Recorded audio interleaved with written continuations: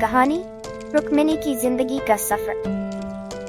गांव के छोटे से घर में रुक्मिणी ने माँ के बालों में ताजे फूल सजाते हुए कहा, माँ देखो ना, आज कितने सुंदर फूल लाई हूँ। ये तुम्हारे बालों में कितना प्यारा लग रहा है। माँ ने उसकी ओर मुस्कुराते हुए देखा और कहा, बेटी, तेरी ये छोटी छोटी खुशियाँ ही तो हमारे जीवन की असली दौलत है। तेरा ये प्यार भरा हाथ मेरे लिए सबसे बड़ा आशीर्वाद है। रुक्मिणी की माँ कमला देवी हमेशा अपने परिवार को साथ लेकर चलने वाली महिला थीं। घर की जिम्मेदारियां हो या बाहर के काम, उन्होंने कभी हार नहीं मानी। पति की बीमारी के बाद से ही उन्होंने खेती बाड़ी का काम भी खुद ही संभाल लिया था। रुक्मिणी अपनी माँ की मेहनत और त्याग देखकर बड़ी हुई। रुक्मिणी हंसते हुए बोली, माँ, आज राजू के साथ मेला जाने का वादा किया है। वहाँ से तुम्हारे लिए कुछ अच्छा जरूर लाऊंगी। कमला देवी ने बेटी की आंखों में खुशी देखकर मन ही मन सोचा, काश मेरी बेटी को कभी कोई दुख न झेलना पड़े। मेले का दिन आ गया। रुक्मिणी और राजू ने मेला घूमते हुए तरह तरह की चीजें देखी। उनके बचपन के दिनों से लेकर अब तक का ये सबसे सुंदर मेला था। खिलौने वाला, झूले, मिठाइयाँ, सब कुछ उनके लिए नया और अद्भुत। राजू ने खिलौने वाले बंदर की ओर इशारा करते हुए हंसते हुए कहा, रुक्मिणी देखो, ये खिलौने वाला बंदर बिल्कुल मेरी तरह हरकतें कर रहा है। रुक्मिणी खिलखिलाते हुए बोली, सच में राजू, लेकिन तुम्हारी हरकतें इस बंदर से भी ज्यादा मजेदार होती हैं। मेले से लौटते वक्त रुक्मिणी गंभीर होकर बोली, राजू, तुम शहर जा रहे हो, तो यहाँ सब कुछ कितना बदल जाएगा। मुझे तुम्हारी बहुत याद आएगी। राजू ने उसकी बात पर ध्यान देते हुए जवाब दिया, रुक्मिणी, मैं भी तुम्हें बहुत मिस करूंगा, लेकिन ये नौकरी हमारे भविष्य के लिए बहुत जरूरी है। मैं वादा करता हूँ जल्द ही लौट कर आऊँ। राजू का शहर जाना केवल एक नौकरी की तलाश नहीं था, बल्कि ये परिवार की आर्थिक स्थिति को सुधारने का एक उपाय था। रुक्मिणी के पिता के बीमार होने के बाद से घर की आर्थिक स्थिति कमजोर हो चुकी थी। रुक्मिणी जानती थी कि राजू का ये निर्णय कितना महत्वपूर्ण है, लेकिन फिर भी दिल में एक डर था। समय बीतता गया। राजू के जाने के बाद रुक्मिणी का जीवन जैसे ठहर सा गया था। वह हर सुबह राजू की चिट्ठी का इंतजार करती, लेकिन चिट्ठी कभी समय पर नहीं आती। जब भी चिट्ठी आती, उसमें राजू की एक नई योजना होती, कभी पैसे भेजने की तो कभी घर आने की, लेकिन हर बार कोई न कोई बाधा आ जाती। एक दिन घर के बाहर बैठे हुए रुक्मिणी के पिता ने खांसते हुए कहा, बेटी, लगता है मेरी तबीयत ठीक नहीं है। रुक्मिणी चिंतित स्वर में बोली, पिताजी, आप चिंता मत करो, मैं अभी गांव के वैद्य जी को बुला लाती हूँ। वैद्य जी ने आकर कहा, बेटी, तुम्हारे पिता को आराम की जरूरत है, लेकिन उनकी हालत गंभीर है। समय रहते शहर के अस्पताल में दिखाना पड़ेगा। शहर जाना परिवार के लिए आसान नहीं था। रुक्मिणी ने माँ से कहा, माँ, हम पिताजी को शहर लेकर जाएंगे। मैं किसी तरह से पैसों का इंतजाम कर लूंगी। कमला देवी ने अपनी बेटी को गले लगाते हुए कहा, बेटी, भगवान तुझे हर मुश्किल का सामना करने की शक्ति दे। मुझे यकीन है तू हर कठिनाई से लड़कर अपने पिता को बचा लेगी। अगले दिन रुक्मिणी ने गांव के जमींदार से उधार मांगने की हिम्मत जुटाई। जमींदार ठाकुर साहब गांव में अपनी कठोरता और स्वार्थी स्वभाव के लिए प्रसिद्ध थे। उन्होंने रुक्मिणी को देखते ही पहचान लिया और ठंडे स्वर में कहा, रुक्मिणी, उधार तो मैं दे दूंगा, लेकिन तुम्हें इसके बदले में अपनी जमीन गिरवी रखनी होगी। रुक्मिणी के दिल में एक भारी बोझ महसूस हुआ। जमीन गिरवी रखना मतलब परिवार की इकलौती संपत्ति खोने का खतरा था, लेकिन पिता के जीवन के आगे उसे सब कुछ गौण लगा। उसने आंखों में आंसू भरकर कहा, जमींदार बाबू, हमारी जमीन ही तो हमारे जीवन का आधार है, लेकिन अगर पिताजी के इलाज के लिए इसे गिरवी रखना पड़े तो मैं तैयार हूँ। जमींदार ने एक कुटिल मुस्कान के साथ कहा, ठीक है रुक्मिणी, मैं कल सुबह तुम्हें पैसे दे दूंगा। अगले दिन रुक्मिणी ने पैसों का इंतजाम किया और अपने पिता को लेकर शहर रवाना हो गई। शहर का अस्पताल गांव से बिल्कुल अलग था, बड़ा, भीड़ भाड़ वाला और अजनबी लोगों से भरा हुआ। अस्पताल पहुंचने पर डॉक्टर ने बताया कि उनके पिता की हालत बहुत नाजुक है और उन्हें तुरंत ऑपरेशन की जरूरत है। ऑपरेशन सफल तो हो गया, लेकिन डॉक्टर ने बताया कि उनके पिता कभी ठीक से काम नहीं कर पाएंगे। ये सुनकर रुक्मिणी का दिल बैठ गया। उसने सोचा, अब घर का सारा बोझ मेरे कंधों पर होगा। पिताजी की यह हालत देखकर माँ और छोटे भाई का क्या हाल होगा। घर लौटने पर रुक्मिणी ने माँ से कहा, माँ, अब पिताजी को आराम की जरूरत है। हम सब मिलकर खेतों में काम करेंगे और पिताजी का ख्याल रखेंगे। माँ ने उसकी ओर गर्व से देखा और कहा, बेटी, तूने जिस तरह से इस परिवार को संभाला है, मैं तुझ पर बहुत गर्व करती हूँ। लेकिन मुश्किलें यही खत्म नहीं हुई। कुछ महीने बाद जमींदार ने अपना असली रंग दिखाया। वह जमीन वापस लेने के बहाने घर धमका और बोला, रुक्मिणी, वक्त पूरा हो गया है, या तो पैसे वापस करो या जमीन मेरे नाम कर दो। रुक्मिणी ने गहरी सांस लेते हुए कहा, जमींदार बाबू, मैंने तो अभी पूरी रकम की नहीं जुटाई है, हमें थोड़ा और वक्त दीजिए। जमींदार ने कठोर स्वर में कहा, वक्त नहीं है रुक्मिणी, या तो मेरे साथ समझौता करो या जमीन छोड़ दो। उसी समय राजू शहर से लौट आया। उसने रुक्मिणी के घर के बाहर जमींदार की बातें सुनी और तुरंत अंदर आकर बोला, जमींदार बाबू, आपकी ये बात ठीक नहीं है। मैं रुक्मिणी का कर्ज चुका दूंगा, आप चिंता न करें। जमींदार ने क्रोधित होते हुए कहा, राजू, तुम कौन होते हो बीच में बोलने वाले? ये मामला रुक्मिणी और मेरे बीच का है। राजू ने दृढ़ स्वर में कहा, मैं रुक्मिणी से शादी करना चाहता हूँ, उसकी हर जिम्मेदारी अब मेरी है। रुक्मिणी ने आश्चर्य से राजू की ओर देखा और धीरे से कहा, राजू, तुम अब आए हो जब सब कुछ बदल गया है। राजू ने उसकी आंखों में देखते हुए कहा, रुक्मिणी, मैं जानता हूँ कि तुमने बहुत कुछ सहा है, लेकिन अब मैं तुम्हें कभी अकेला नहीं छोड़ूंगा। तुमने अपनी जिम्मेदारियों को अकेले निभाया, अब मैं तुम्हारा साथ दूंगा। जमींदार ने स्थिति को समझते हुए कहा, ठीक है, अगर राजू कर्ज चुकाने को तैयार है, मैं कुछ नहीं कहूंगा, लेकिन मुझे पूरा पैसा चाहिए। राजू ने अपनी नौकरी से जुटाई सारी बचत देकर जमींदार का कर्ज चुका दिया।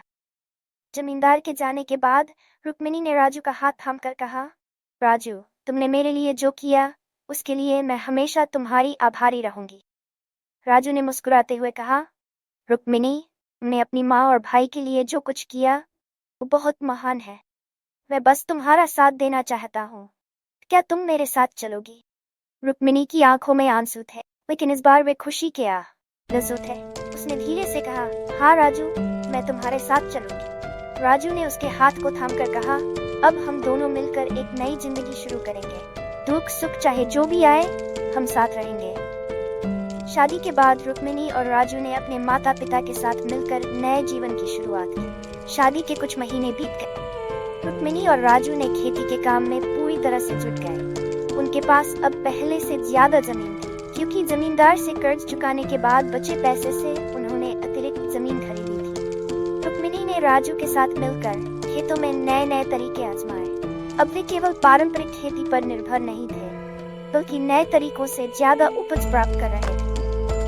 गांव के लोग उनकी इस पहल से प्रभावित थे और उनकी तरह ही खेती करने की कोशिश करने लगे। एक दिन रुक्मिणी ने राजू से कहा, राजू, जब तुम शहर गए थे तब मैंने बहुत कुछ खो दिया था, लेकिन तुमने वापस आकर मेरी जिंदगी में फिर से खुशियां भर दी। राजू ने उसे गले लगाते हुए कहा, रुक्मिणी, तुमने अपनी ताकत और प्यार से मुझे भी बदल दिया। हम एक दूसरे के लिए बने हैं, अब हमें कोई जुदा नहीं कर सकता। उनके जीवन में कठिनाइयां तो थी, लेकिन वे एक दूसरे का साथ पाकर हर मुश्किल का सामना कर लेते। रुक्मिणी के भाई ने भी अब खेती में हाथ बंटाना शुरू किया और धीरे धीरे उनका जीवन पटरी पर आने लगा।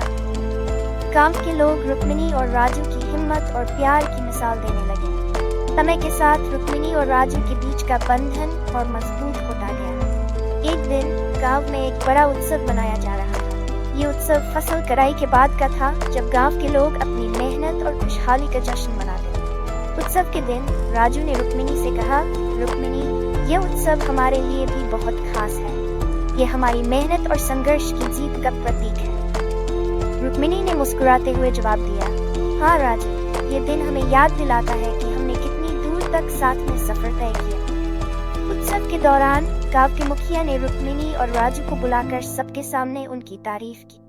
उन्होंने कहा, यह जोड़ी हमारे गांव की प्रेरणा है। इन्होंने हमें सिखाया है कि एकजुटता और मेहनत से हर समस्या का समाधान हो सकता है। सभी गांव वालों ने तालियों की गड़गड़ाहट के साथ उनका स्वागत किया। उस समय रुक्मिणी की आंखों में फिर से आंसू आ गए, लेकिन ये आंसू गर्व और खुशी के थे। उसने सोचा, माँ पिताजी ने मुझे जो सिखाया, आज उसी का परिणाम है कि हम यहाँ खड़े हैं। जैसे जैसे समय बीतता गया, रुक्मिणी और राजू की जिंदगी में खुशियों के साथ साथ कुछ नए मोड़ भी आए। रुक्मिणी ने कुछ सालों बाद एक प्यारे से बेटे को जन्म दिया। उसके जन्म से उनके जीवन में नई रोशनी आ गई। उन्होंने अपने बेटे का नाम सूरज रखा, क्योंकि वह उनके जीवन की नई सुबह की तरह था। सूरज के जन्म के बाद रुक्मिणी ने उसे बड़े प्यार और देखभाल से पाला। वह चाहती थी उसका भी अपने माता पिता की तरह मेहनती और ईमानदार बने। राजू और रुक्मिणी ने मिलकर अपने बेटे को अच्छे संस्कार दिए और उसे अच्छी शिक्षा देने का सुना दे। गांव में अब रुक्मिणी और राजू का नाम आदर और सम्मान के साथ लिया जाने लगा। लोग उनकी मेहनत और संघर्ष की कहानियों को नई पीढ़ी को सुनाते। सूरज भी माता पिता की मेहनत और समर्पण को देखकर बड़ा होने लगा। समय के साथ सूरज ने भी खेती के काम में हाथ बंटाना शुरू किया। उसने अपने माता पिता से बहुत कुछ सीखा और उनके साथ काम करते हुए नए नए तरीकों को अपनाया। रुक्मिणी और राजू ने उसे हर कदम पर मार्गदर्शन दिया और उसे अपने अनुभवों से सिखाया कि जिंदगी में मेहनत और सच्चाई का कितना महत्व है। सूरज ने अपनी पढ़ाई पूरी करने के बाद खेती में नई तकनीकों को अपनाया और खेती के काम को और भी उन्नत बना दिया। अब उनके खेतों में पहले से भी ज्यादा उपज होने लगी। सूरज के आने से रुक्मिणी और राजू का जीवन और भी खुशहाल हो गया। एक दिन सूरज ने अपने माता पिता से कहा, माँ, पिताजी, आप दोनों ने जो संघर्ष किया और जिस तरह से हमारे परिवार को संभाला, उससे मैं बहुत कुछ सीखा हूँ। मैं चाहता हूँ कि हमारे गांव के और भी लोग इस बदलाव का हिस्सा बने और अपने जीवन को बेहतर बनाएं। रुक्मिणी ने गर्व से अपने बेटे की ओर देखा और कहा, बेटा, तुझे इस सोच के लिए बहुत आशीर्वाद।